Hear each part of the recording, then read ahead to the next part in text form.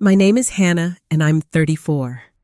Christmas at my in-laws' house was always a big deal. Picture a glowing tree, kids giggling, and cider warming the air. My daughter Lila, just 7, held my hand, her eyes sparkling with hope. As gifts were handed out, every kid got something, even distant cousins. But Lila's name was never called. Her little smile faded, and my heart sank. Why would they skip her? Have you ever felt someone you love was overlooked? Share where you're watching from, and please like and subscribe for the full story. The living room buzzed with chatter, the floor a mess of torn wrapping paper and ribbons. Kids squealed, showing off their new toys, while adults sipped wine and laughed. I stood near the fireplace, Lila's small hand still in mine, her grip tightening as the gift-giving went on. Margaret, my mother-in-law, played Santa with a flourish, calling out names like a game show host. Caleb got a shiny drone.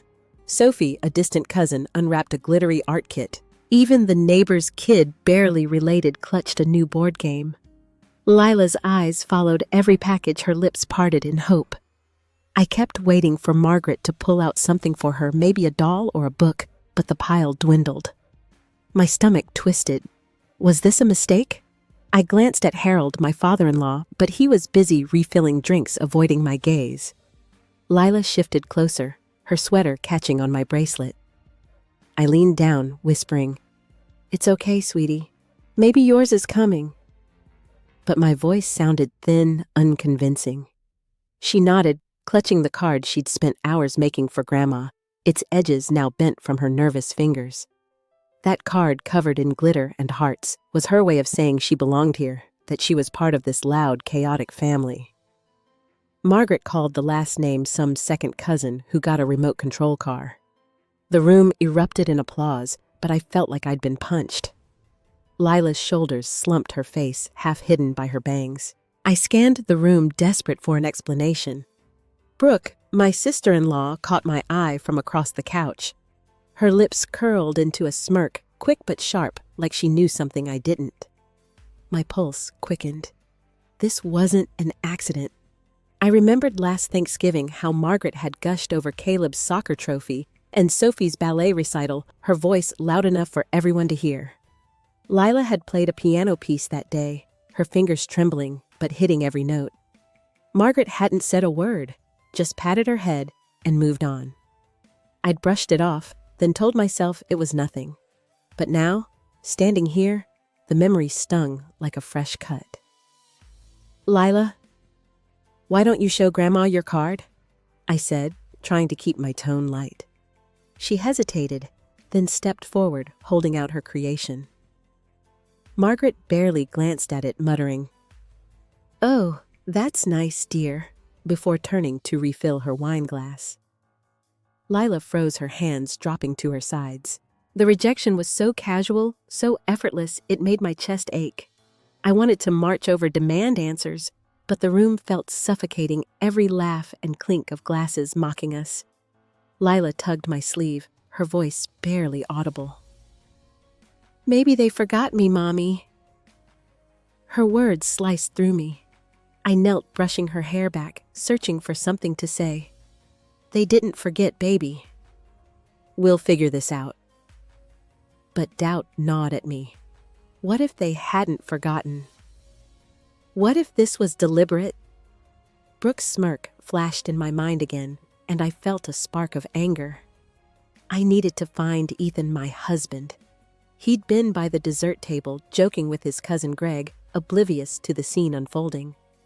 I guided Lila to a quiet corner, promising her a hot chocolate soon, and made my way through the crowd. My heart pounded not just for Lila, but for me too. I'd spent years trying to fit into this family, smiling through their slights, convincing myself it was all in my head. Now I wasn't so sure. Ethan was laughing, his back to me, holding a plate of cookies. "Ethan," I said, touching his arm. He turned, still grinning. "Hey, what's up? Did you see what just happened?" Lila didn't get a gift. Not one. My voice was low, but it shook. He frowned, glancing toward the tree. What? No way. It's probably just a mix-up, Hannah. You know how Mom gets with all these kids. His casual tone hit me like a slap. A mix-up. I wanted to shake him, make him see Lila's crumpled face. Ethan, every kid got something. Even the neighbor's boy. Lila's standing there with nothing. He sighed, rubbing his neck. I'll talk to Mom later. Okay, let's not make a scene. I stared at him, my anger flaring. Not make a scene? My daughter was hurting and he was worried about keeping the peace. I opened my mouth to argue, but Lila's voice echoed in my head. Maybe they forgot me. I couldn't let her believe that. I wouldn't. I turned away from Ethan, my hands trembling. His dismissal burned, but I couldn't deal with him now. Lila needed me. I wove back through the crowd, the jingle of Christmas music grating against my nerves. She was still in the corner, sitting cross-legged, staring at her empty hands. I knelt beside her, my skirt pooling on the hardwood.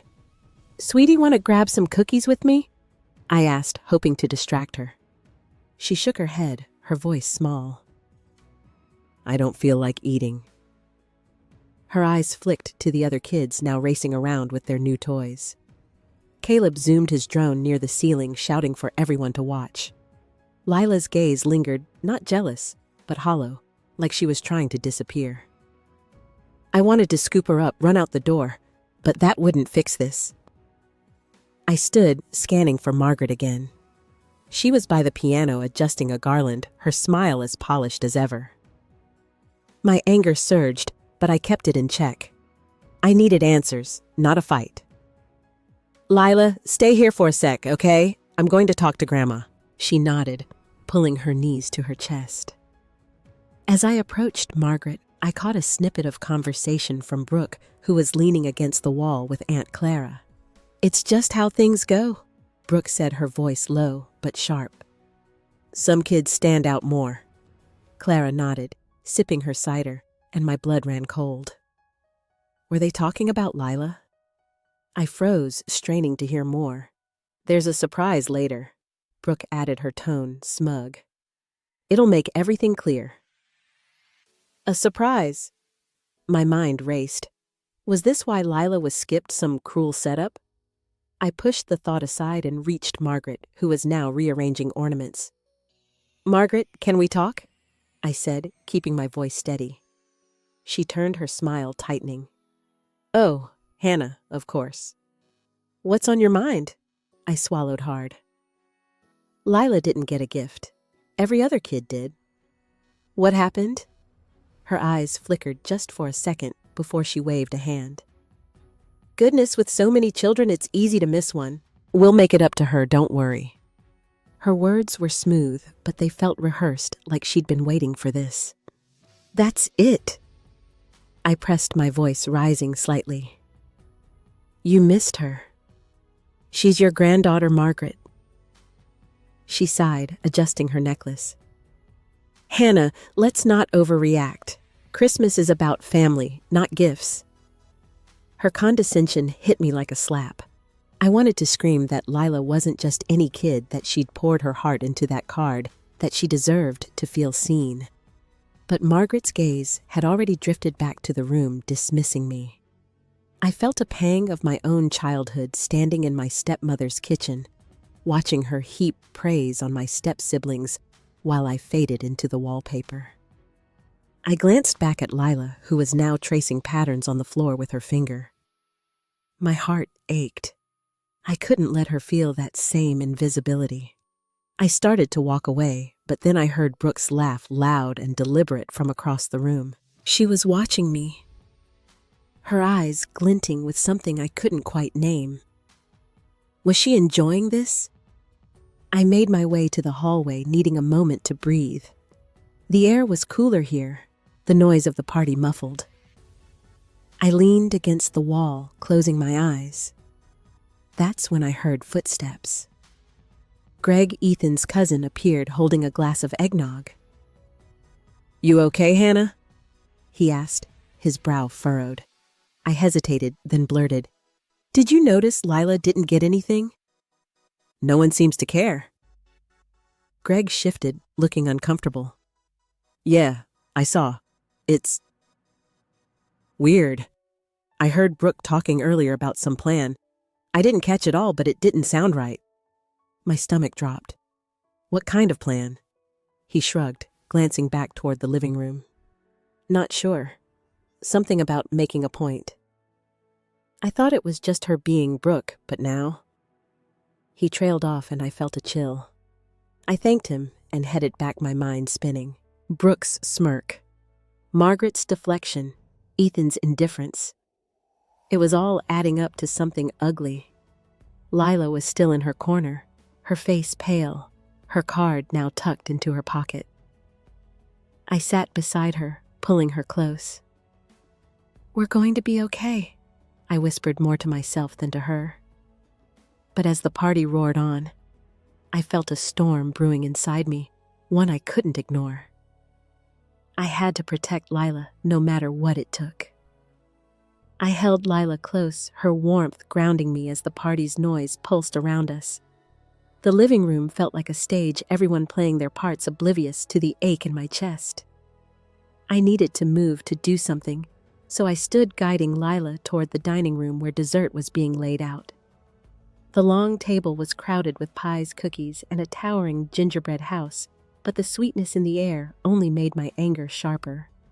Lila clung to my side, her steps slow, her eyes fixed on the floor. I grabbed a plate, piling on a slice of pecan pie, hoping it might cheer her. This one's your favorite, right? I said, my voice too bright. She nodded, but didn't reach for it. Across the room, Caleb was showing off his drone to a gaggle of cousins, his voice loud and smug. Bet it flies higher than your dumb kites, he said, glancing at Lila. She flinched, and I felt a surge of protective rage. I set the plate down, my hands shaking. Enough was enough. I needed to talk to Margaret again. Really talk, not let her brush me off. I spotted her near the buffet, arranging napkins with that same practiced smile. Lila, sit here for a minute, I said, pointing to a chair. I'll be right back. She obeyed, her fingers twisting the hem of her sweater. I crossed the room, weaving past relatives chatting about holiday plans. My heart pounded each step, fueling my resolve. Margaret, I said, stopping beside her. We need to talk about Lila, now. She turned, her smile faltering. Hannah! I told you it was just an oversight. Let's not ruin the evening. Oversight. I snapped, my voice low but sharp.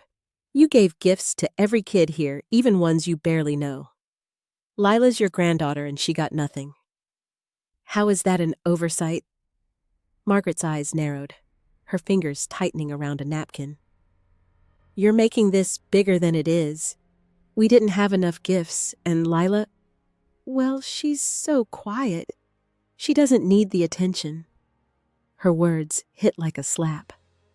Quiet Lila, who practiced piano for hours, who poured her heart into every drawing, who made that card just to feel loved. My throat burned.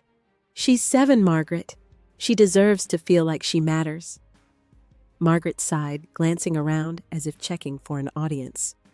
Hannah, you're being dramatic. This is a family event, not a therapy session. I wanted to scream, to shake her until she saw the hurt she'd caused. But before I could respond, I noticed something on the sideboard behind her. A stack of wrapping paper scraps, and there, half buried, was Lila's card. The glittery hearts, the wobbly love Lila in crayon, discarded like trash. My stomach churned. She hadn't even kept it. I grabbed the card, holding it up. You didn't even look at this, did you? She made it for you. Margaret's face stiffened. I'm sure it's lovely, but I've been busy hosting. You know how it is. No, I said, my voice trembling. I don't know how it is to make a child feel invisible. She opened her mouth, but a burst of laughter from the kids' table cut her off. I turned to see Caleb waving his drone's remote, taunting Lila. Hey, Lila, maybe next year you'll get a paper bag. The other kids giggled, and Lila's face crumpled, her hands covering her ears. I started toward her, but Margaret grabbed my arm. Hannah, don't make a scene. Let the kids play. I yanked free, my anger boiling over. A scene. My daughter's hurting, and you're worried about your perfect party. I didn't wait for her reply. I rushed to Lila, kneeling beside her. Sweetie, ignore him. You're perfect just as you are. But her eyes were glassy, her voice a whisper. Why don't they like me, Mommy? Her question broke something in me. I pulled her into a hug, my own tears threatening to spill. The room spun with noise, clinking glasses, carefree chatter. But all I could feel was her pain and mine. I'd spent years swallowing Margaret's slights, her subtle ways of favoring her other grandkids. But this was different. This was deliberate, and it was tearing Lila apart. I glanced up, catching Brooke watching from the doorway, her arms crossed, that same smirk playing on her lips. She leaned toward Clara, whispering something, and they both laughed. My blood ran hot. Whatever game they were playing, I wasn't going to let them win. Not this time. I pulled Lila tighter, her small frame trembling against me. The dining room's warmth felt suffocating, the chatter and laughter, a cruel backdrop to her quiet sobs. Brooke's laughter lingered in my ears, sharp and deliberate, like she was orchestrating this moment. I stood, lifting Lila with me, and guided her toward the hallway away from the crowd. Her sneakers dragged her head bowed low. We slipped into a quiet corner near the staircase where the glow of string lights barely reached. I sat her on a step, brushing her bangs from her tear-streaked face. You're my everything. Lila, I whispered, my voice cracking. Don't let them make you feel small. But her eyes, wide and searching, held a question I couldn't answer. Why was this happening? I heard footsteps and looked up to see Brooke sauntering over, her wine glass tilted lazily in one hand. Everything okay over here? She asked, her tone syrupy, her eyes glinting with something darker. I stood, placing myself between her and Lila. No, Brooke, it's not. You saw what happened. Why would you let Caleb say that to her? She raised an eyebrow, swirling her wine. Oh, come on, Hannah. Kids tease. Lila's just too sensitive. Maybe if she spoke up more, she'd fit in. Her words cut deep, each one a jab at Lila's gentle nature. I clenched my fists, my nails digging into my palms. Fit? She's 7, Brooke. She shouldn't have to prove herself to you or anyone. She shrugged, her smile thin. Some kids just don't shine as bright. You can't force it. She glanced at Lila, who was hugging her knees, and added, Maybe she takes after you. Always so understated. The insult landed like a punch, dragging up years of feeling like an outsider in this family. I'd spent countless dinners biting my tongue, laughing off their backhanded comments about my job, my clothes, my simple life compared to Brooke's flashy career. But this wasn't about me anymore. It was about Lila, and Brooke knew exactly how to twist the knife. I opened my mouth to fire back, but Ethan appeared, his face tense. Hannah, what's going on? He asked, glancing between us. I turned to him, my anger spilling over. What's going on? Your sister just implied Lila doesn't belong here, and you're still standing there like nothing's wrong. Ethan frowned, looking at Brooke. What'd you say? Brooke rolled her eyes. Relax, Ethan. I was just saying Lila's shy. It's not a big deal. Not a big deal. I snapped, my voice louder now, echoing in the hall.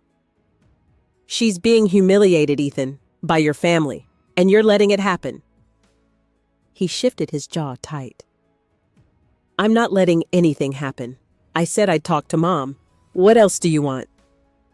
His words stung worse than Brooke's. I'd needed him to see Lila's pain to stand with us, but he was still dodging, still protecting his family's fragile harmony. I felt a crack widen between us, one I hadn't noticed growing. I thought of all the times he'd promised to speak up to call out his parents' favoritism, only to back down when it mattered. Lila tugged my hand, her voice barely audible. "Can we go home, Mommy?" My heart shattered. I wanted to say yes to bundle her up and leave this place behind, but we were stuck surrounded by relatives' expectations and Ethan's half-hearted assurances. I knelt, stroking her cheek. "Soon, baby, I promise." Brooke smirked, sipping her wine. "See, she's fine, just needs to toughen up." I stood, my rage boiling, but before I could respond, the dining room erupted in cheers. Margaret's voice rang out, calling everyone back. "Time for the kids to show off their gifts. Let's make some memories." The words twisted in my gut. Show off their gifts. Lila had nothing to show, nothing to hold up in front of this crowd.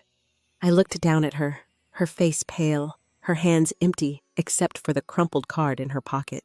The thought of her watching the other kids parade their toys while she sat there forgotten was unbearable. I took her hand, my pulse racing. "We don't have to go back in," I said, but her eyes flicked toward the dining room, curious despite her pain. She wanted to belong even now. And that broke me, most of all. As we stepped toward the doorway, the crowd parted, and I saw Caleb holding his drone aloft, the center of attention. Margaret beamed, clapping like he'd won an award. The room felt smaller, the air thicker, every smile a reminder of Lila's exclusion. I gripped her hand, my anger and grief tangling into something I could barely contain. This wasn't just a party anymore. It was a battlefield, and my daughter was caught in the crossfire. I guided Lila back into the dining room, her hand trembling in mine. The air was thick with the scent of cinnamon and pine, but it did nothing to ease the knot in my chest.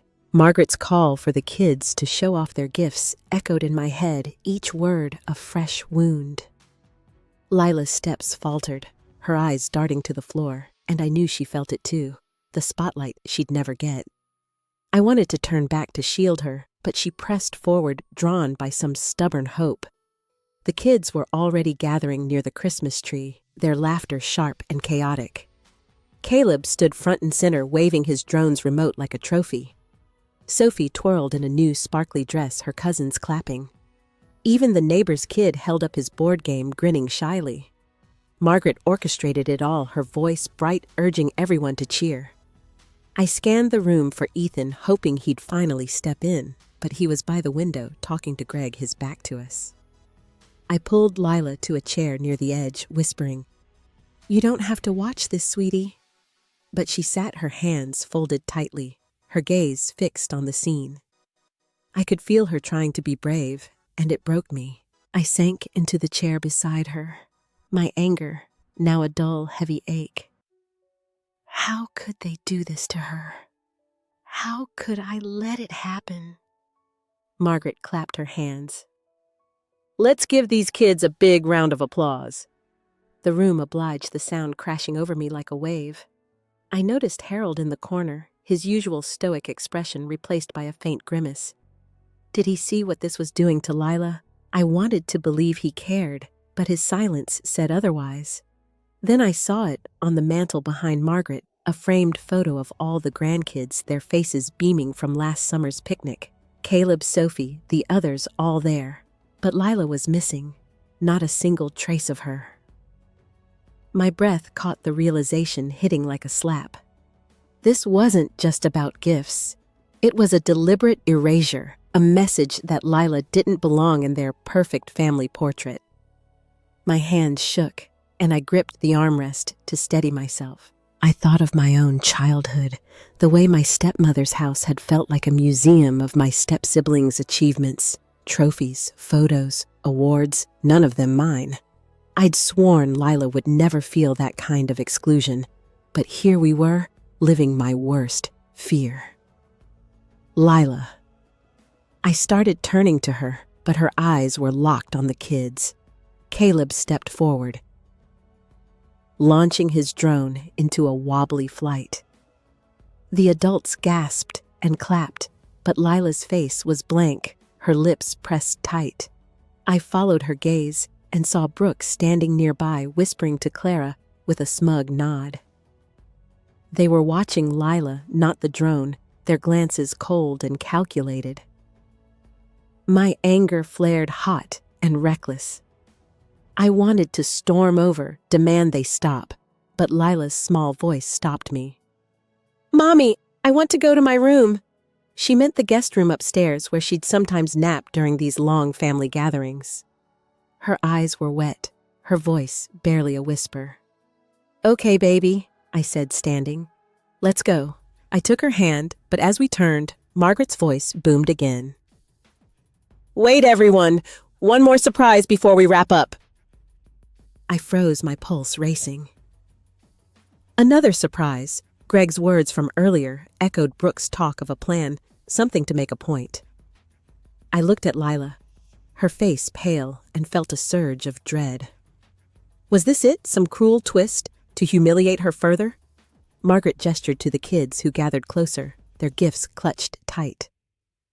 "We've got something special to share," she said, her smile wide, but her eyes darting to Brooke. My stomach churned. I wanted to pull Lila away, but she was watching, caught in the moment, her hope flickering, despite everything. I glanced at Ethan, still by the window, his face unreadable. Why wasn't he here with us? The room seemed to shrink, the cheers and lights pressing in, amplifying my fear. Whatever was coming, I knew it would change everything. And I wasn't ready.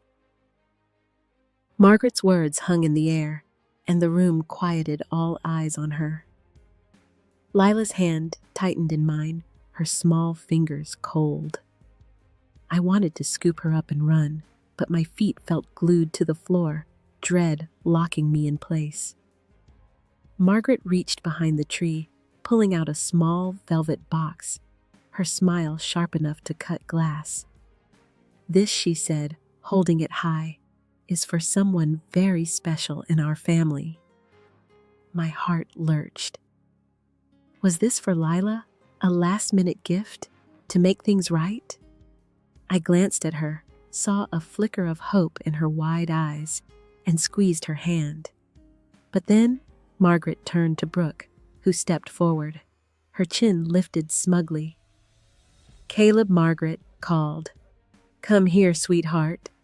The room erupted in murmurs as Caleb bounded up, his grin wide.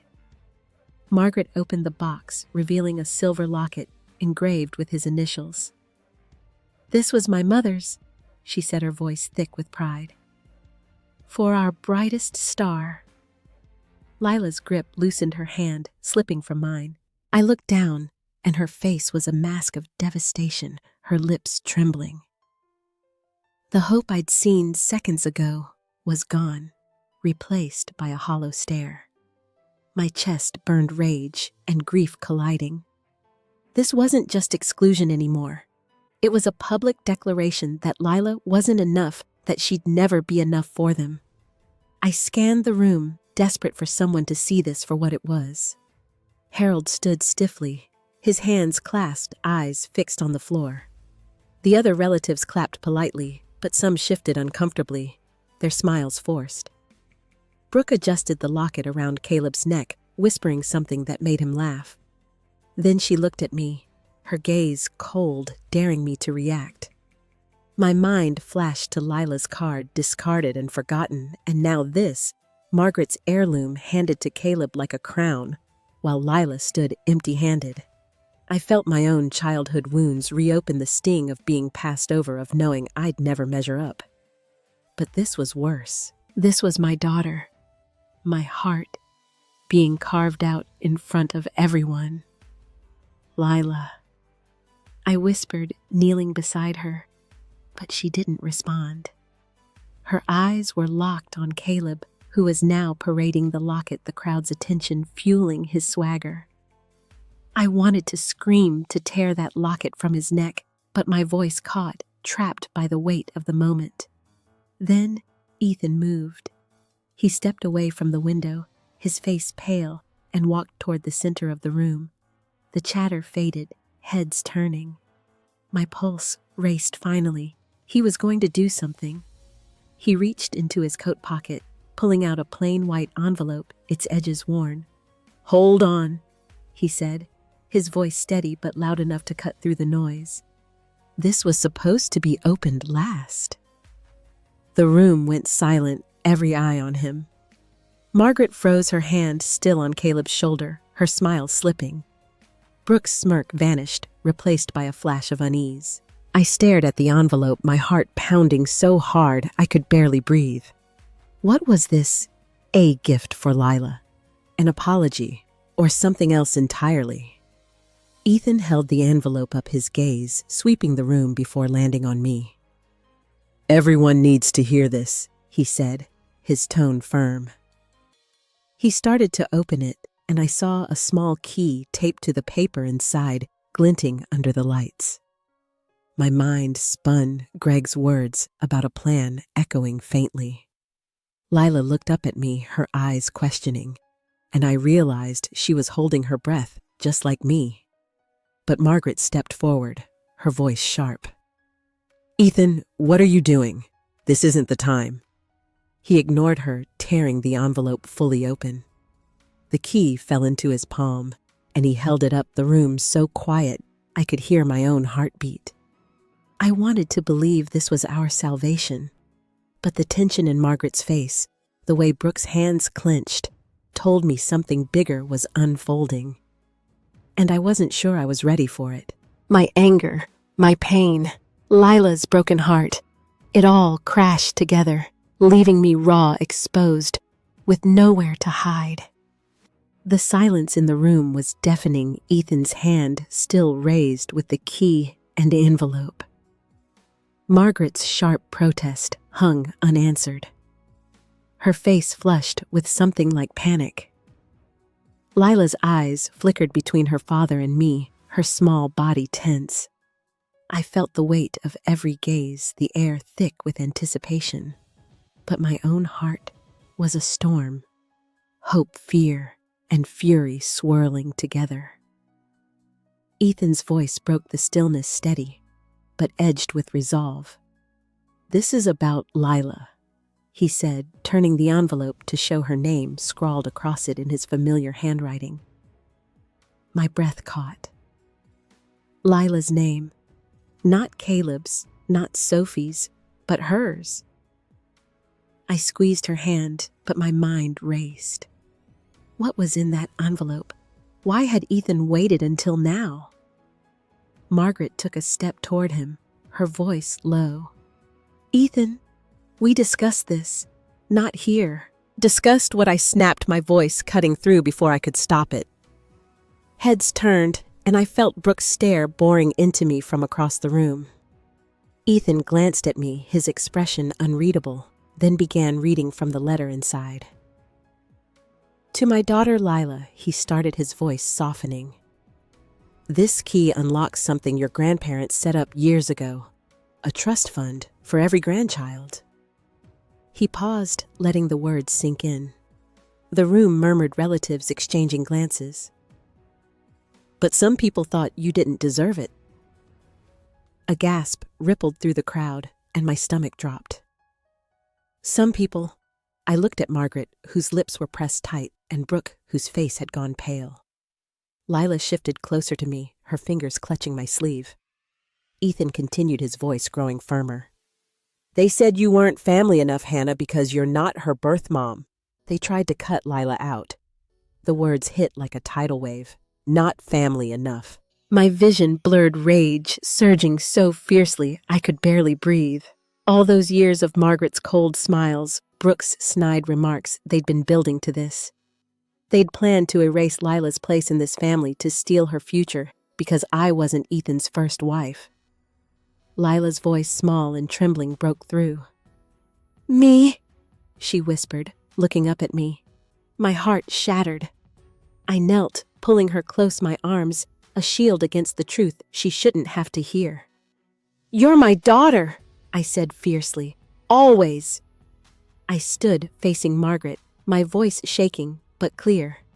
"Is this true? You tried to take this from her." Margaret's eyes darted to Harold, who stood frozen. His hands clasped tightly. "It's not that simple," she said. Her tone clipped. "There were considerations. We thought it was fairer to prioritize fairer." I cut her off, stepping forward. "Lila's your granddaughter. You don't get to decide she's less because of me." The room was a blur of faces, some shocked, some uncomfortable, others avoiding my gaze. I felt exposed, raw, but I couldn't stop. I'd spent too long swallowing their slights, smoothing over their cruelty to keep the peace. Not anymore. Lila deserved better, and so did I. Brooke stepped forward, her voice sharp. "You're blowing this out of proportion, Hannah. It's just money. Why are you so obsessed?" "Obsessed?" I turned to her, my anger white-hot. "This isn't about money. It's about my daughter being told she doesn't belong. By you. By your mother." She opened her mouth, but Ethan raised a hand, silencing her. "Enough," he said, his eyes locking on his mother. "I found out about this last month. I went to the lawyer. Lila's trust is secure, and no one's touching it." My knees nearly buckled. Last month I thought of those late nights when Ethan was on the phone claiming it was work. He'd been fighting for this for Lila, and I hadn't known. Relief flickered, but it was drowned by the betrayal still burning in my chest. Why hadn't he told me? Why had he let us walk into this ambush? I looked at Lila, her face pale, but her eyes wide, taking it all in. She didn't need to hear more of this, not the details, not the ugliness. I straightened, my resolve hardening. "We're done here," I said, my voice steady now. "Lila, let's go." I took her hand, ready to walk out, to leave this house and its poison behind. But as we moved, I felt a fire kindling inside me, one I hadn't known I could carry. This wasn't just about tonight. It was about every moment I'd let them diminish us, and I was ready to fight back. Lila's hand was warm in mine as we moved toward the door, the dining room's chatter fading behind us. My pulse still raced, Ethan's revelation echoing in my mind, but I kept my steps steady for her. The weight of Margaret's betrayal. Brooke's cruelty pressed against my ribs. But something else burned brighter. A fierce clarity I hadn't felt in years. I wasn't just walking away from a party. I was choosing Lila, choosing us, over a family that had never truly seen us. We reached the foyer, where coats hung in a cluttered row. I grabbed Lila's jacket, kneeling to help her slip it on. Her eyes were still wide, searching my face. "Are we in trouble, Mommy?" she asked, her voice soft but steady. I brushed her cheek, my throat tight. "No, sweetie, we're just going home, where we belong." Her small nod, the way she leaned into me, fueled my resolve. I stood pulling on my own coat when Ethan's voice stopped me. "Hannah, wait." He was behind us, the envelope and key still in his hand, his face a mix of guilt and determination. The crowd's murmurs drifted from the dining room, but here it was just us. I turned, my anger flaring. "Why didn't you tell me, Ethan?" "You knew about this for a month." He winced, running a hand through his hair. "I wanted to fix it first. I thought if I got the trust secured, we could avoid all this. I didn't want Lila to see." He trailed off, glancing at her. "See what I said?" My voice low, but sharp. "Her family treating her like she's nothing. You let us walk into this blind." His shoulders sagged. "I know, I messed up. But I'm here now. I wanted to believe him, but trust was a fragile thing, and mine was cracked. Still, Lila was watching, and I wouldn't let her see us fracture. "We're leaving," I said. You can come with us, or you can stay. Your choice. Ethan nodded, his jaw tight. I'm with you. He reached for Lila's other hand, and she took it, her fingers curling around his. For a moment, the three of us stood there, a quiet unit, against the storm we'd just walked through. But Brooke's voice cut through, sharp and biting. Really, Hannah? You're storming out over this. You're ruining Christmas for everyone. She stood in the doorway, arms crossed, her locket glinting at her throat. A few relatives lingered behind her, their faces curious or disapproving. I faced her, my voice calm, but steel-edged. I'm not ruining anything. You did that when you decided my daughter wasn't worth a place here. Her eyes narrowed. You're so dramatic. This is why you'll never fit in. The old Hannah would have flinched, would have swallowed the insult to keep the peace. But I wasn't her anymore. I stepped closer, my gaze locked on hers. I don't want to fit in with people who hurt my child. And neither does Lila. Brooke opened her mouth, but no words came. The silence was heavy-charged, and I felt a surge of power, not loud or showy, but deep-rooted in the truth I'd finally claimed. I turned back to Lila, who was watching me with something new in her eyes. Pride, maybe? Let's go, I said, guiding her toward the front door. Ethan followed his hand, brushing my arm, a silent apology I wasn't ready to accept, but didn't push away. As we stepped into the cold night, the house's glow faded behind us, its warmth a lie I no longer needed. The car was parked down the street, snow dusting its hood. I helped Lila into the back seat, buckling her in. She clutched her jacket, then reached into her pocket, pulling out her crumpled card. Can we keep this, Mommy? She asked. I took it, smoothing its edges, my heart swelling. Of course, baby. It's perfect. I closed her door and stood for a moment, the key in Ethan's hand glinting under a streetlight. It wasn't just a key to a trust fund. It was proof of Lila's worth, proof I'd fight for her no matter who stood in our way. I met Ethan's eyes, and for the first time that night, I saw him not the man who'd hesitated, but the one who'd finally stood up. I didn't say anything. I didn't need to. I opened the driver's door, slid inside, and started the engine. The hum, a quiet promise of the strength I'd carry forward. The drive home was quiet, the car's heater humming softly as snowflakes danced in the headlights.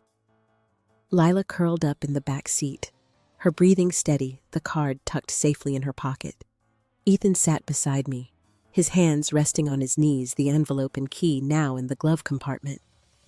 I kept my eyes on the road, the weight of what we'd left behind settling into my bones. I'd walked out, chosen Lila over their approval, but the victory felt hollow, shadowed by what it had cost us. We pulled into our apartment's parking lot, the building's brick facade glowing faintly under streetlights. I carried Lila inside her head, heavy on my shoulder, and laid her in bed, tucking a quilt around her. Ethan lingered in the doorway, his silhouette tense. I'll sleep on the couch tonight, he said quietly. I nodded, too drained to argue, and closed Lila's door. The next morning, sunlight spilled through the kitchen blinds, casting stripes across the counter. I was pouring coffee when my phone buzzed, Margaret's name on the screen. My stomach tightened, but I answered, keeping my voice low to not wake Lila. What do you want, Margaret? Her tone was clipped formal, like she was reading a script. Hannah last night was unfortunate. I'd like us to move past it. Come back for brunch tomorrow and we'll sort everything out. I gripped the mug, its warmth grounding me. Move past it, as if Lila's pain was a spilled drink to mop up. No, I said, my voice steady. We're not coming back. Not until you acknowledge what you did to Lila. There was a pause, then a sharp exhale. You're being unreasonable. This is family. You don't just walk away. Family doesn't exclude a child. I said my words, slow, deliberate. You made a choice, Margaret. So did I. She started to reply, but I hung up my hand, trembling. The kitchen was silent, the coffee now cold in my cup. I'd drawn a line one I'd never crossed before, and the finality of it shook me. I wasn't just protecting Lila. I was rewriting the rules of who we were in this family, and it felt like standing on a cliff's edge. Later that day, Ethan and I drove to the bank, Lila in tow, her backpack slung over one shoulder. The trust fund papers were in a safety deposit box, and the key from Ethan's envelope gleamed in his hand as we entered the vault. The banker, a kind woman with glasses perched on her nose, slid the box across a table. Ethan unlocked it, revealing a folder thick with documents. I flipped through the pages, my eyes catching numbers that made my breath hitch. A future for Lila college dream security. It was real, tangible, and it should have felt like a triumph. But all I could think of was Margaret's voice justifying her choice to cut Lila out. This wasn't just money. It was proof they'd tried to erase her, and I'd almost let them. Lila sat quietly coloring in a notebook the banker had given her. I watched her, the way her crayon moved in careful strokes, and felt a pang. She was so resilient, so much stronger than I'd been at her age when my stepmother's rejections had left me silent, shrinking. I'd vowed to break that cycle for Lila, but standing here, I wondered if I'd done enough. Back home, I tucked the folder into a drawer, the weight of its contents lingering. Ethan was in the living room, scrolling through his phone, his face drawn. "Mom texted me," he said, not looking up. "She says we're overreacting, wants us to come back and talk." I sat across from him, my hands folded. "And what do you think?" He met my eyes, his expression heavy. I think I let this happen too long. I should have called them out years ago." His admission was a crack of light, but it didn't erase the nights I'd spent alone in my anger, waiting for him to see. I nodded, not trusting my voice. The truth was, I didn't know where we stood, not with his family, not with each other. That afternoon, Lila's teacher, Miss Clara, called. "I just wanted to check in," she said, her voice warm. Lila was different at school today. She shared a story in class, something about feeling brave. "I thought you should know." I clutched the phone, my eyes stinging. Brave. Lila was finding her voice even after everything. It was a small victory, but it anchored me, a reminder of why I'd walked out. Yet as I hung up, the silence of the apartment pressed in heavy with the choices I'd made. Margaret's call, Ethan's regret, Lila's courage, they swirled together, freezing me in a moment I couldn't yet escape. I stood in the kitchen, staring at the drawer where I'd tucked the trust fund papers, its contents a quiet anchor in the storm. Lila was in her room, humming softly as she arranged her stuffed animals, her resilience a light I clung to. Ethan sat at the table, his phone now face down, his fingers tapping restlessly. The air between us was heavy, not with anger, but with the unspoken cost of what we'd done. Walking out had shifted something permanent, and we both felt it. The doorbell rang, sharp and unexpected. I glanced at Ethan, who frowned but didn't move. I wiped my hands on a dish towel and opened the door to find Greg, Ethan's cousin, standing there, his coat dusted with snow. His usual easy grin was gone, replaced by a hesitant look. "Can I come in?" he asked. I stepped aside, nodding. He followed me to the living room, his boots leaving faint wet prints on the floor. Ethan looked up, surprised. "Greg, what's this about?" Greg sat on the edge of the couch, rubbing his hands together. "I owe you both an apology," he said, his voice low. "I heard Mom and Brooke talking before Christmas about the trust, about leaving Lila out. I should have said something sooner." His words landed softly, but they carried a weight that pressed against my chest. I sat across from him, my hands folded tightly. "Why didn't you?" I asked, my tone even but edged with the hurt I couldn't hide. He looked down, his jaw tight. "I thought it was just talk. I didn't think they'd actually do it. But after last night..." He shook his head. I couldn't stay quiet anymore. Ethan leaned forward, his voice steady. What else do you know? Greg sighed, his eyes meeting ours. Some of the family's talking now. Aunt Clara, Uncle Ray, they're questioning Mom's choices. Brooke's spinning it, saying you two overreacted, that Hannah's trying to tear the family apart. I felt a cold prickle down my spine. Tear the family apart. I'd only wanted Lila to be seen, to be valued. But Brooke's words weren't surprising. She'd always known how to twist the truth to paint herself as the victim. I thought of her standing in the dining room, her locket gleaming, her smirk a silent weapon. Do they believe her? I asked, my voice barely above a whisper. Greg hesitated, then shrugged. Some do. Others, they're not sure. But no one's talking to Mom directly. It's like everyone's waiting for someone else to make the first move. The silence that followed was thick, almost tangible. I looked at Ethan, his face drawn, and saw the same realization in his eyes. We hadn't just left a party. We'd cracked open a fault line in his family, one that might never close. I waited for regret to hit, for the old urge to smooth things over, but it didn't come. Instead, I felt a strange calm, like shedding a coat I'd worn too long. Thanks for telling us, I said, standing. Greg nodded, his expression heavy, and let himself out. The door clicked shut, and I turned to Ethan. What now? He stood, his hands in his pockets. We keep going, for Lila. His words were simple, but they carried a promise I hadn't heard from him before. I nodded, but my mind was elsewhere, replaying Greg's words, the family's whispers, Brooke's lies. I walked to Lila's room, pausing at the door. She was writing in a new journal, her pencil scratching softly each word, a small act of defiance against the hurt. I leaned against the frame, watching her, and felt a wave of grief, not for the family we'd lost, but for the years I'd spent chasing their approval, believing it would make us whole. Lila looked up, her smile faint but real.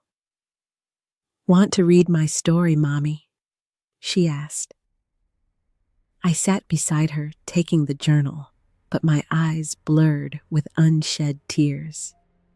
Her words were simple, about a girl who found a hidden treasure, but they carried her heart, her strength. I hugged her close, the journal between us, and felt the world quiet. We'd fought for her, but the cost was a shadow. We'd carry a weight that settled in the stillness of her room.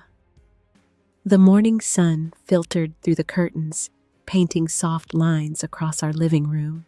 I sat on the couch, a mug of tea cooling in my hands, the apartment quiet except for the faint hum of the fridge. Lila was at school, her backpack heavier, with new confidence, and Ethan was at work, our conversation still careful but growing steadier. The storm of Christmas felt distant, like a bruise that ached only when pressed, and I was learning to step around it. I'd spent the week planning something for Lila, a small celebration to mark her worth, not because of the trust fund, but because of who she was. Our backyard modest, but ours seemed the perfect place. I strung fairy lights between the fence posts, their glow a promise against the winter chill. A folding table stood ready, draped in a checkered cloth, waiting for cupcakes and lemonade. I wanted Lila to feel seen, not by Margaret or Brooke, but by the people who truly knew her.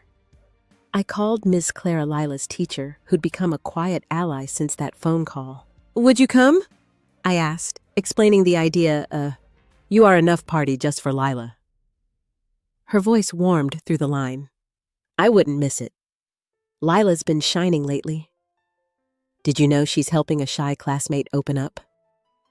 Her words settled in me, a soft weight. I thought of Lila's journal, her stories of brave girls and hidden treasures, and felt a pride that was new, untainted by the need for anyone's approval. I invited a few neighbors too, the ones who'd watched Lila grow, who'd clapped at her piano recitals when Margaret hadn't. They said yes, without hesitation, their kindness a balm. I hadn't known I needed. The day of the party arrived crisp and clear, the sky a pale blue that made everything feel possible. I set out plates, my hands steady, though my mind wandered to the girl I'd been always waiting for, my stepmother's nod, her rare praise. I'd carried that hunger into Ethan's family, chasing a place I thought I needed. Now, stringing these lights, I saw how small that need had become, how it had shrunk in the face of Lila's light. Lila came home from school, her braid loose from a day of play. "What's all this?" she asked, her eyes wide as she took in the backyard. "A surprise," I said, smiling. "For you." She ran to the table, touching the cupcakes, her laughter bright. Miss Clara arrived soon after, carrying a small gift, a book of poetry for kids. "For your stories," she told Lila, who beamed, hugging the book to her chest. The neighbors trickled in their chatter, filling the air with warmth. I watched Lila move among them, her shyness melting as she showed off her journal, her voice stronger than I'd ever heard. I stepped back, leaning against the fence, the wood cool under my palms. This was what I'd wanted, not just for Lila, but for me. A space where we didn't have to prove ourselves, where love wasn't a prize to earn. I thought of the Christmas party, the sting of being overlooked, and realized I no longer carried it. Not fully. It was still there, a scar, but it didn't define me anymore. Lila ran to me, her cheeks flushed. "Mommy, can I read my poem?" she asked, holding up her journal. I nodded, my throat tight. "Go for it, sweetheart." She climbed onto a chair, her small frame steady, and began to read her words, simple but clear, about a girl who found her own path. The neighbors listened, their smiles soft, and Ms. Clara wiped her eyes. I stood there, my tea forgotten, feeling something settle inside me, a quiet strength, not loud or defiant, but rooted deep. Lila's voice carried, and for the first time in weeks I breathed slow, letting the moment hold me. Lila's poem ended, her voice lingering in the crisp air, and the small crowd clapped their hands, muffled by gloves. She hopped off the chair, her smile wide but shy, and ran to Ms. Clara, who hugged her tight. I watched from the fence, the fairy lights casting a soft glow over the yard, and felt a stillness settle in me, like the world had paused just for this. The neighbors chatted, their voices low, and the cupcakes dwindled on the table, crumbs scattered across the cloth. I walked to the edge of the yard, where a bare maple stood, its branches stark against the fading sky. Lila had wanted to plant something here, a marker of our new start. I'd bought a small sapling, its roots wrapped in burlap, waiting in the shed. Now, as the party wound down, I called her over. "Ready to make your tree official?" I asked, my voice soft. Her eyes lit up. "Can we name it anything you want?" I said, grabbing a shovel from the corner. Ethan joined us, his sleeves rolled up, his presence quiet but steady. We dug together, the earth cold and stubborn, Lila's small hands guiding the sapling into place. "Hope," she said, firmly patting the soil. "That's its name." I smiled, my chest tight with something I couldn't name. Hope. Such a big word for such a small girl, but she carried it so easily. Ethan packed the dirt, his movements careful, and I saw a flicker of the man I'd fallen for, the one who built things not just with his hands, but with his heart. We weren't whole yet, not after everything, but we were building too. Ms. Clara approached, her coat buttoned against the chill. "This was beautiful, Hannah," she said, her eyes warm. "Lila's lucky to have you." I shook my head, glancing at Lila, who was now chasing a neighbor's dog across the grass. "I'm the lucky one." She nodded, then added, "Her poem's going in the school newsletter." "I hope that's okay." My breath caught. "More than okay," I said, imagining Lila's words reaching beyond this yard, touching kids who might feel unseen just as she had. Clara squeezed my arm and rejoined the others, leaving me with the sapling, its thin branches swaying slightly. I sat on the grass, the cold seeping through my jeans, and let my mind wander. I thought of the girl I'd been always waiting for a seat at someone else's table, believing love was something to earn. That girl had walked into Ethan's family hoping to belong only to learn their table was never meant for me. But here in this yard, with Lila's laughter ringing out, I'd built my own. A letter had arrived that morning, tucked in the mailbox, Harold's handwriting on the envelope. I hadn't opened it yet, but I could guess its weight: regret, maybe an apology, maybe a plea to return. I'd slipped it into a drawer, unready to face it. Forgiveness wasn't a switch I could flip, not after what they'd done to Lila. But sitting here, I felt the sharp edges of my anger soften, not gone, but quieter, like a fire that had burned down to embers. Ethan sat beside me, his knees drawn up. "You did good today," he said, his voice low. I looked at him, the lines around his eyes deeper now, carved by the choices we'd made. "We did," I said, and meant it. Lila ran back, her cheeks pink, holding a tiny pebble she'd found. "For hope," she said, placing it at the sapling's base. I pulled her close, her warmth steadying me, and looked out at the yard. The lights, the laughter, the life we were making. The world felt soft, like a breath held, and I let myself rest in it, knowing the hardest parts were behind us, but not quite gone. Months had passed since the Christmas party, and spring was creeping into our apartment, sunlight spilling through open windows. I sat at the kitchen table, a notebook open in front of me, my pen tracing thoughts I'd never dared to write before. My name is Hannah, 34, and I was learning to live in a world I'd reshaped. Lila was at school, her laughter now a constant hum in our home, and Ethan was at work, our mornings softer, our trust slowly knitting back together. I'd started writing not just for me but for others. A blog where I poured out the raw edges of our story, being unseen, fighting for worth, finding a way through. Strangers left comments, their words like whispers from lives I'd never know, saying they'd felt it too, the sting of being overlooked. Each one was a thread connecting me to something bigger, a quiet strength I hadn't known I could share. Lila had changed too.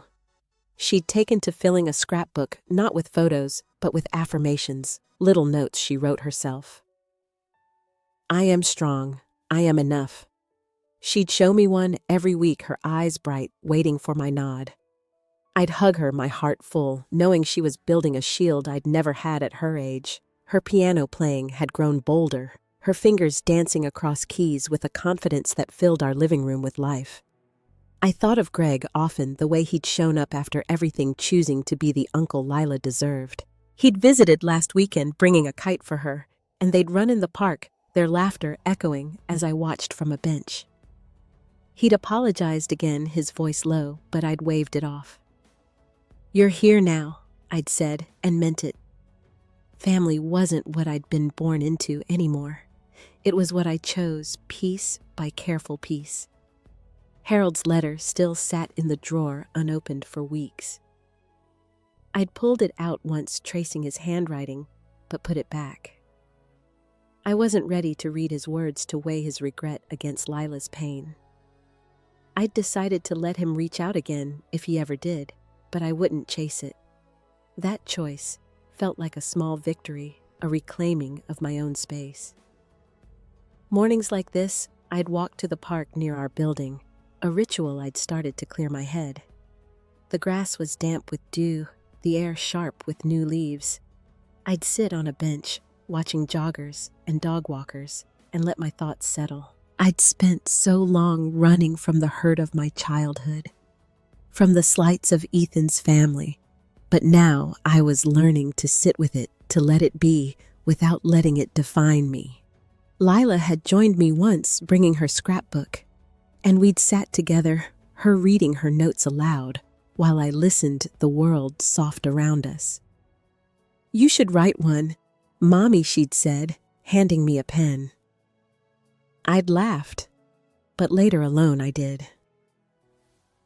I am enough. I wrote the words shaky but true. I kept that page folded in my wallet, a reminder for the days when doubt crept back. I closed my notebook now, the pages filled with more than I'd expected. Writing had become my way of rebuilding, not just for Lila, but for me. I thought of the woman I'd been at that Christmas party, desperate for a place that never existed. She was still part of me, but quieter, now her voice drowned out by the one I'd found. I stood, stretching, and glanced at the clock. Lila would be home soon, her backpack bouncing, her stories spilling out. I'd listen, really listen, and we'd make dinner together, the kitchen warm with our laughter. Life wasn't perfect, but it was ours, and that was enough. I breathed deep, the spring air filling my lungs, and felt the past slip a little further behind me, its shadow fading in the light of what we'd built. The afternoon light slanted through the living room, catching the dust motes in a lazy dance. I stood by the window, a letter to Lila in my hands, one I'd been writing for her to read years from now. My pen had paused over the page, the words heavier than I'd expected. I wasn't just telling her about that Christmas, about the pain and the fight, but about the woman I'd become because of it, the one who'd learned to stand tall for us both. I wrote about the nights I'd sat up questioning if I'd done enough, if I'd protected her heart as fiercely as I'd wanted. I told her about the mornings I'd found peace in small things, her giggle over a burnt pancake, the way she'd hum while tying her shoes. I wrote about choosing ourselves, about building a life where love didn't come with conditions. Lila was thriving now, her scrapbook thicker, her piano notes bolder, her smile a light that guided me home. I thought of Ethan too, how we'd been stitching our trust back together, not with grand gestures, but with quiet moments, him washing dishes while I read, our hands brushing as we passed the salt. We weren't perfect, but we were honest, and that was a start. Greg had become a steady presence, stopping by with board games, teaching Lila to throw a frisbee. His easy laughter, a reminder that family could grow from choice, not just blood. Harold's letter still sat in the drawer, and I'd finally read it last week. His words were careful, regretful, asking for a chance to make things right. I hadn't responded, but I'd called him my voice, steady, setting boundaries for Lila's sake. We'd met once at a coffee shop, his hands trembling as he spoke of his silence that night. I listened, not forgiving fully, but not closing the door. It wasn't about erasing the past. It was about choosing what to carry forward. I folded the letter, tucking it into an envelope I'd seal for Lila's 18th birthday. I imagined her reading it, her curls falling over her face, her eyes tracing my words. I hoped she'd see not just the hurt we'd faced, but the strength we'd found, the way we'd built something unbreakable from the pieces.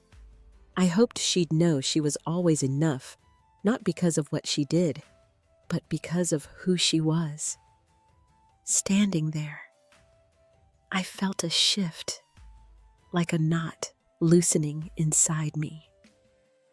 I'd spent so long fighting to be seen, to prove my place, but now I understood my worth wasn't in their eyes, or even Ethan's, but in the quiet truth I'd claimed for myself. I was enough, not because I'd won, but because I'd chosen to keep going, to love fiercely, to let go of what didn't serve us. That was the lesson I realized, not just for me, but for anyone who'd ever felt small. Worth isn't something you earn from others. It's something you claim day by day in the choices you make, the people you hold close, the truths you refuse to let go. It's in the way you rise, not for applause, but for the ones who need you and for the person you're becoming. I set the letter down, my hands steady, and looked out at the street where kids rode bikes, their shouts bright against the spring air. Life was moving, and so were we, not running from the past, but walking past it towards something new. What's a moment that made you realize your own worth? Share it below. I'd love to hear your story. If this resonated with you, please like, subscribe, and share it with someone who might need it. Thank you for listening, for being here. Here's to healing, to growing, and to carrying our light forward.